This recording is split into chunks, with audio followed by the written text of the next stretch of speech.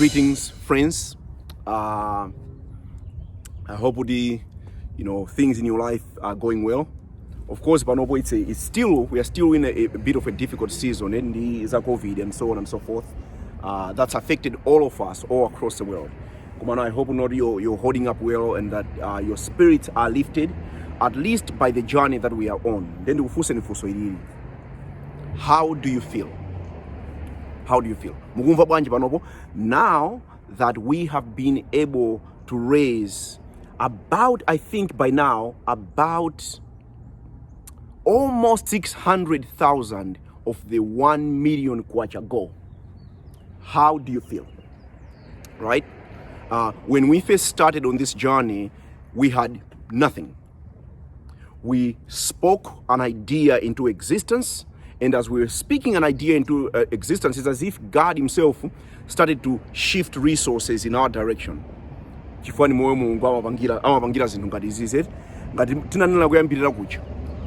Resources follow vision. Now, here's a bit of a concept that's important, wherever we find ourselves.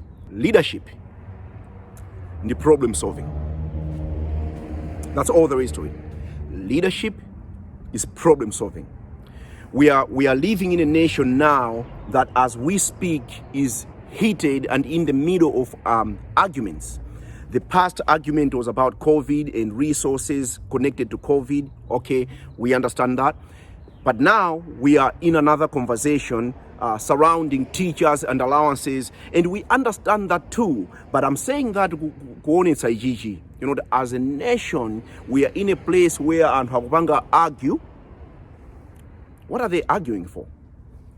They are trying to find solutions.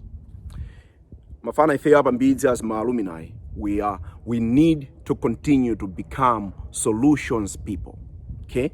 Leadership is problem solving. If you know the biblical story of Joseph, you're gonna see that in the life of Joseph. Joseph solved a problem, and therefore he became the prime minister of Egypt. It's just how it works. Everywhere you look in the scriptures, people are solving problems. David solves a problem. Moses solves a problem. Leadership is problem solving. Didn't many focus about let's lift this thing up. Let's get the lift of what we're looking for. So a few details. The project E. We have decided with the project E, we want to raise its money in 30 days. To Malize 1 million within the space of 30 days. So in the month of March. Didn't tiganganlane, dolai, tinyenyenye, and get it done sooner even than the goal in March 31. Right? And once we hit that, then we are at least having a different conversation. We are asking a different set of questions. Ababa tikudziwa kuti kutsogoloku, there's going to be corporate sponsors, chanchani, zinazosiyana zimene zitibweresere ndrama zambiri. Kuma ababa the first million tinadhana kuti yayi first million tateni tipangetoka. Let's do that within. Osa siya munthu inali yeso sanapite ku Mbidzi to touch this. Angatibweresere minyama. First million isifunapo minyama yayi. We wanted this to happen by us. Because when we finish this goal, we're gonna have that feeling that says we can do things, right? And when we capture the feeling, we can do things, then we can never be stopped again. Then later on, as we're inviting in other collaborators, other partners, we have a lot of worthy people, that have been putting wear and tear on our roads and things like that. We have lots and lots and lots of people with money. Before we go to them, let's demonstrate that we are already on the move. So when you're inviting them into the process, it's more like you're inspiring them, showing them what is possible and what Malawians can do. I wanna implore my friends in the diaspora to say with relative eyes. Our friends that are local in Malawi, they are punching above their weight. Consistently. It might be that we are giving bigger sums of money. Komano, relatively, they are punching above our weight, their weight. Then I want to encourage Ifeo as diasporas to also do the same. Let's give sacrificially. Because when we give sacrificially, something happens in your own heart, man. Like, understand kuti ndalama pa project ngati iyi, ndalama zimene zikubwera mthumba mwanu mu account mwanu, as you're budgeting for it, remember that God always blesses people so that they can be a blessing to others.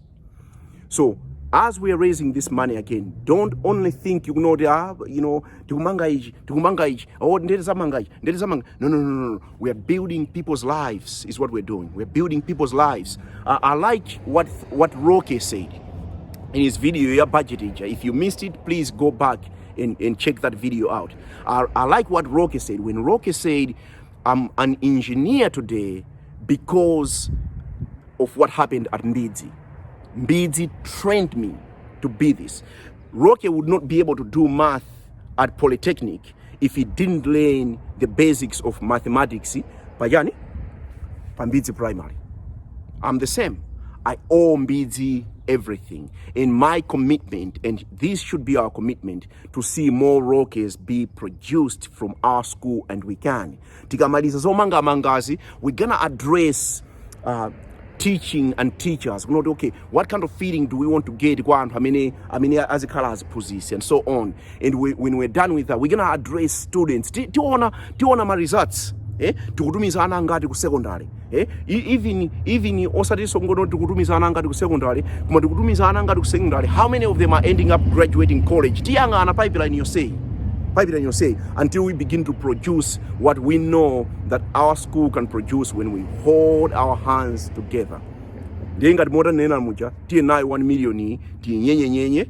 In our goal, the March 31st, but I believe that we can actually raise it before March 31st, and then we're gonna get Roque and the team to begin to move on the project, because once you begin to see labor actually happening, Union team will be encouraged in a different kind of way.